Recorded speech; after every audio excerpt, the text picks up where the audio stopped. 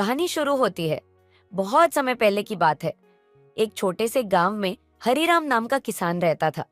उसके पास थोड़ी सी जमीन थी जो वर्षों से सूखे की मार झेल रही थी। हर साल वो नई उम्मीद के साथ बीज बोता, पर कभी बारिश धोखा दे देती तो कभी फसल कीटों के कारण बर्बाद हो जाती। हरिराम का परिवार बड़ा था। बूढ़ी माँ, पत्नी और 2 बेटियां। बड़ी बेटी राधिका 19 साल की थी, सुंदर, संस्कारी और पढ़ाई में होशियार। छोटी बेटी सुषमा अभी 14 साल की थी पर जिम्मेदार थी। समस्याओं के बोझ तले दबे हरिराम ने साहूकार लक्ष्मीचंद से कर्ज लिया। पहले 10,000 रुपए, फिर 20,000 और धीरे धीरे वह रकम 1 लाख रुपए तक पहुंच गई। हर साल साहूकार ब्याज जोड़ता और धमकी देकर चला जाता। लक्ष्मीचंद एक निर्दयी और लालची आदमी था।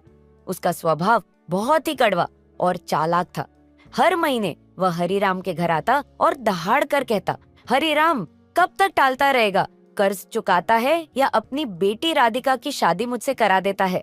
मैं तुझे ब्याज समेत पैसे नहीं चुकाने दूंगा। या तो पैसे दो या अपनी बेटी दे दो। हरिराम यह सुनकर कांप जाता।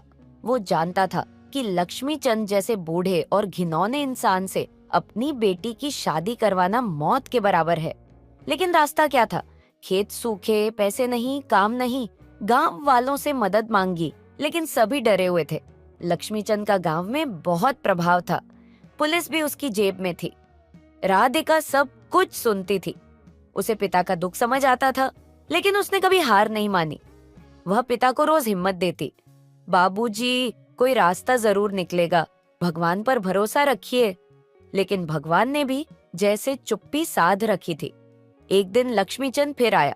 उसके साथ 2 गुंडे भी थे। उसने हरिराम को धमकाते हुए कहा, 7 दिन का वक्त देता हूँ, या तो पूरा कर्ज चुकाओ या अपनी बेटी को तैयार रखना। 7वें दिन मैं बारात लेकर आऊंगा। हरिराम बेहोश होकर गिर पड़ा। राधिका ने उस रात चुपचाप एक निर्णय लिया। वह अगले दिन शहर चली गई, किसी को कुछ बताए बिना। हरिराम को जब पता चला तो उसने सिर पकड़ लिया। कहीं मेरी बेटी ने कोई गलत कदम तो नहीं उठा लिया? गांव में हड़कंप मच गया। लक्ष्मीचंद को भी खबर लगी। उसके चेहरे पर एक शैतानी मुस्कान आ गई। अब तो काम आसान हो गया। 7वें दिन जब लौटेगी नहीं, मैं कहूंगा कि बेटी भाग गई है और मैं उसे अपनाकर उसका नाम बचा रहा हूँ। हरिराम और उसका परिवार रोता रहा। तीसरे दिन अचानक गांव में एक बड़ी गाड़ी आई। गाड़ी से उतरे कुछ लोग और उन्होंने हरिराम के घर आकर एक बड़ा लिफाफा दिया। उसमें लिखा था, बाबूजी, मैं दिल्ली आ गई हूँ। यहाँ मैंने एक कंपनी में इंटरव्यू दिया और तुरंत जॉब मिल गई है। 20,000 रुपये महीने की सैलरी मिलेगी। पहले महीने की एडवांस सैलरी और कुछ मदद मेरे ऑफिस के लोग लेकर आ रहे हैं। 50,000 रुपये भेज रही हूँ, आप लक्ष्मीचंद को दीजिए। मैं जल्द ही और पैसा भेजूंगी। आपका गौरव, राधिका। हरिराम की आंखों से आंसू बहने लगे। उसे अपनी बेटी पर गर्व था। छठे दिन लक्ष्मीचंद फिर आया।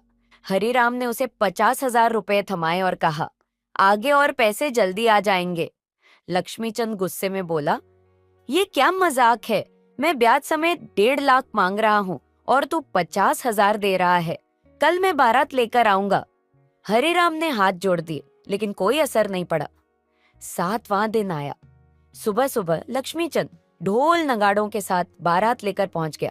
गांव में मानो कोई सजा का दिन हो। सभी चुप, कोई बोल नहीं पा रहा था। ठीक उसी समय एक और बड़ी गाड़ी आई। गाड़ी से उतरी राधिका, साड़ी में, चेहरे पर आत्मविश्वास, और उसके साथ एक सजी धजी कार और 2 पुलिस अधिकारी।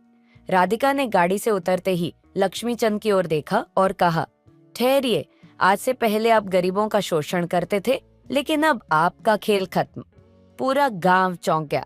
पुलिस अधिकारी आगे आए और बोले, हम दिल्ली पुलिस से हैं। इस आदमी लक्ष्मीचंद के खिलाफ कई केस दर्ज हैं। कर्ज के नाम पर वसूली, महिलाओं का उत्पीड़न और कई गैरकानूनी गतिविधियां। राधिका ने हमारे विभाग को सबूत दिए। अब इसे गिरफ्तार किया जाता है। लक्ष्मीचंद के चेहरे का रंग उड़ गया। वह चिल्लाने लगा, नहीं, ये सब झूठ है। लेकिन पुलिस ने उसे हथकड़ी पहनाई और गाड़ी में बैठा लिया। गांव वाले सब कुछ सुनकर दंग रह गए। राधिका ने बताया, बाबूजी, मैं दिल्ली गई थी। वहां मुझे नौकरी मिल गई ऑफिस में मैंने अपने बॉस को पूरी कहानी बताई। उन्होंने मेरी मदद की और दिल्ली पुलिस के क्राइम ब्रांच से संपर्क कराया। मैंने साहूकार के काले धंधों के सबूत इकट्ठे किए, उनकी फोन रिकॉर्डिंग्स, लेन देन की वीडियो क्लिप और पीड़ितों के बयान इकट्ठे किए।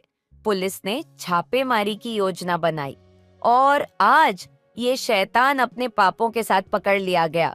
गांव वालों ने तालियां बजाईं।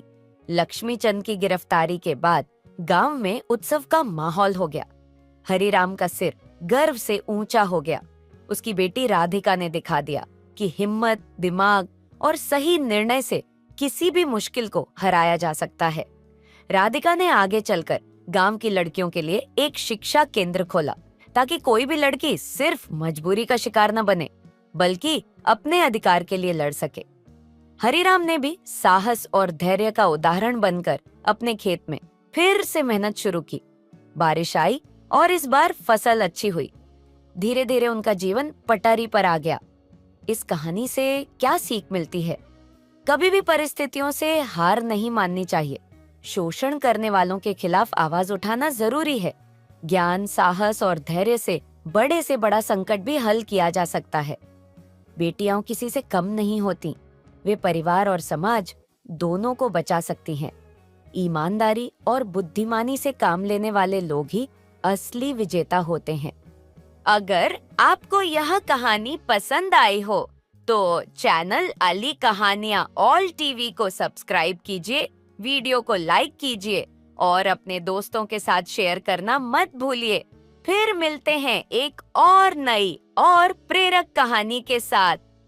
धन्यवाद।